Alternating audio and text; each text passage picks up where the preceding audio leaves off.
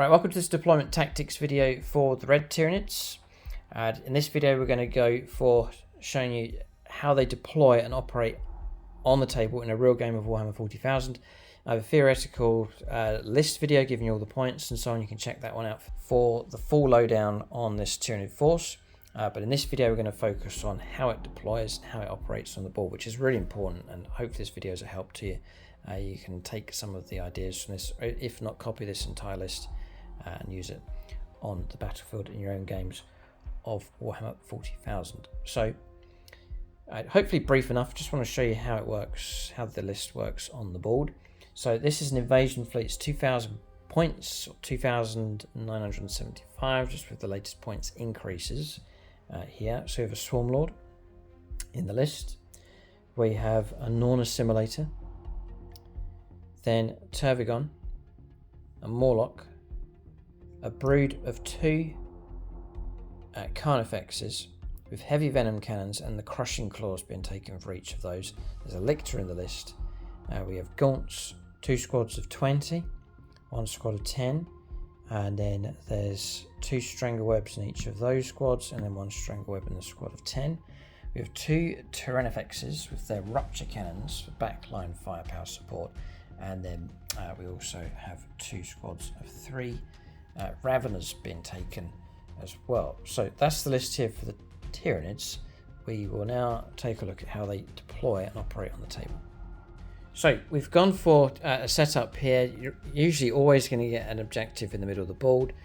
2 no man's land objectives is typical, 1 here, 1 across the other side. The opponent's objective is in that ruin across there. Going to go for diagonal deployment. Doesn't really matter which type, but we'll go for this one for this example. Then usually have a home objective, and it's just tucked in the ruin across here. So before we deploy it, the battle map's from GameMat.eu. It's the Toxic Badlands, the brand new map from them. It's a brilliant matchup for the Fallout Zone terrain set. See the way they match up, really good. So I've used 2 sets of the Fallout Zone terrain on the Toxic Badlands map. It's pretty much filled out the board.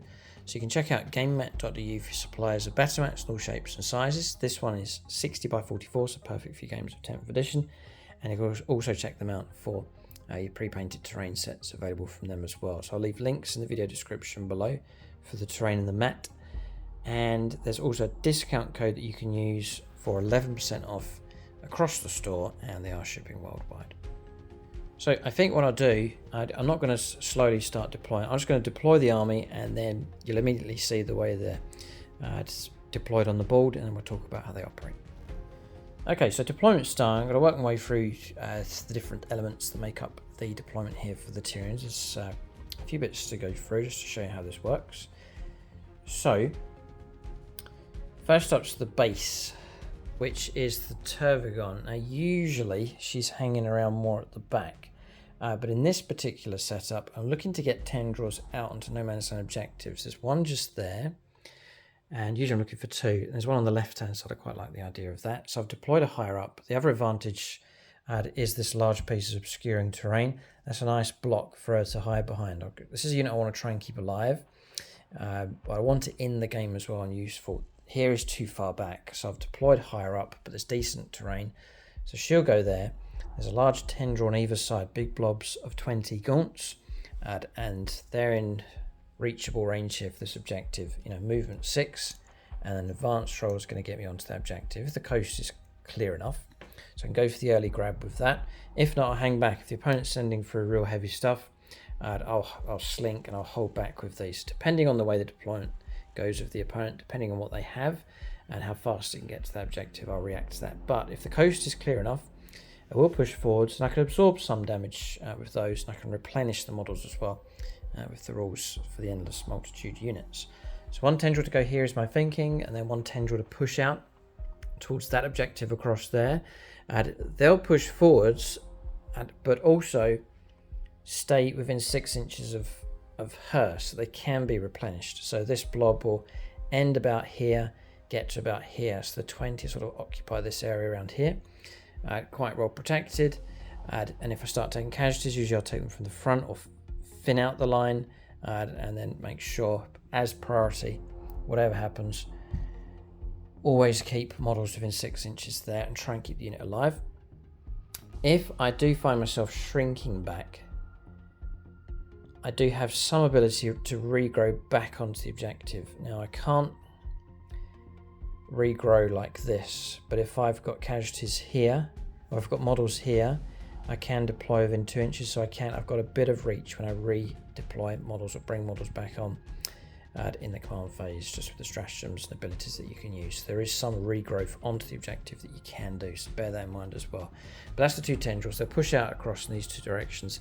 Their intent is to go after at least 2 of the no man's land objectives. We'll start taking damage. The Turvagon hopefully will respawn models, and also the stratagem that can help you out regenerating models as well. There's a spare unit here to back these up, or backdoor duty to anchor the home objective, or just to block out the back so the opponent's not going to deep strike in or flank with units into the back there whilst the other units are pushing forward. So useful unit to have at the back.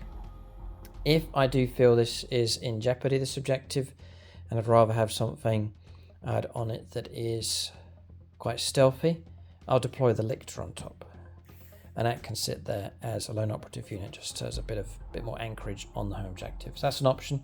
Usually the Lictor goes into reserve to flank onto the board, or not. I could use him as an anchoring unit, an early grab unit on any area or any no man's land objective at the start of the game. So for example, say if the opponent's deployed most of their army over there, and this is a very quiet objective, usually I'll deploy a Lictor, not on it, but close by, ready to move out, and lone operative sit on that objective. So this is a very useful unit to have. I can use them in different ways. So I can deploy them on and infiltrate, flank, or use them to hold the home objective. So useful enough. We'll keep him off the table for now. Let's say we put him into reserve, but he's certainly an infiltration option. So I've got my base model, Turvagon, home objective held, and 2 large tendrils to push out onto those 2 objectives across there.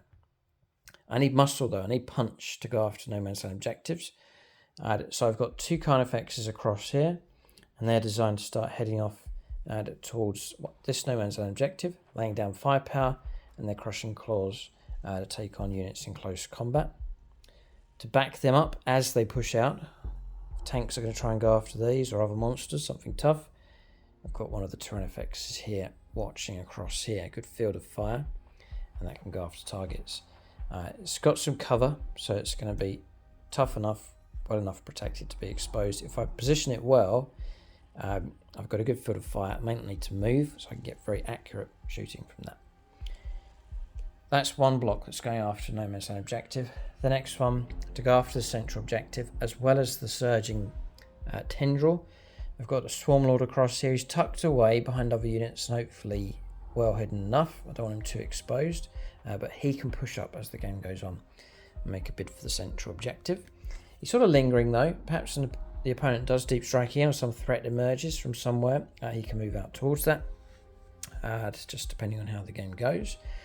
Then I have 1 tendril heading off towards that objective. I also have the intent to take the Norman Simulator, and when the coast is clear and when the time's right, to move around and then set up my nest over on that objective to hold that one.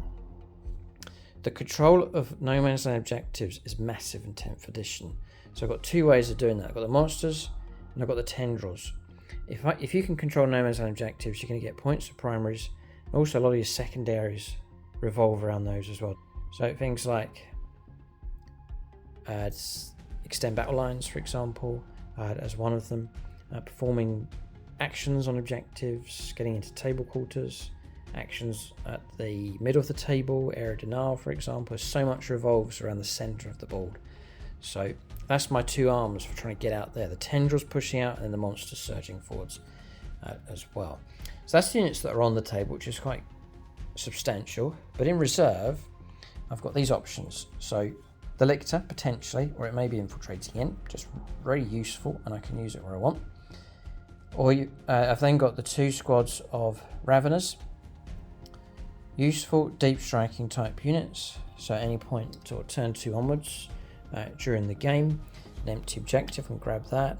Might need to deep strike onto a table edge to form a secondary. all sorts of uses for these. The longer you can hold them off, the better, usually.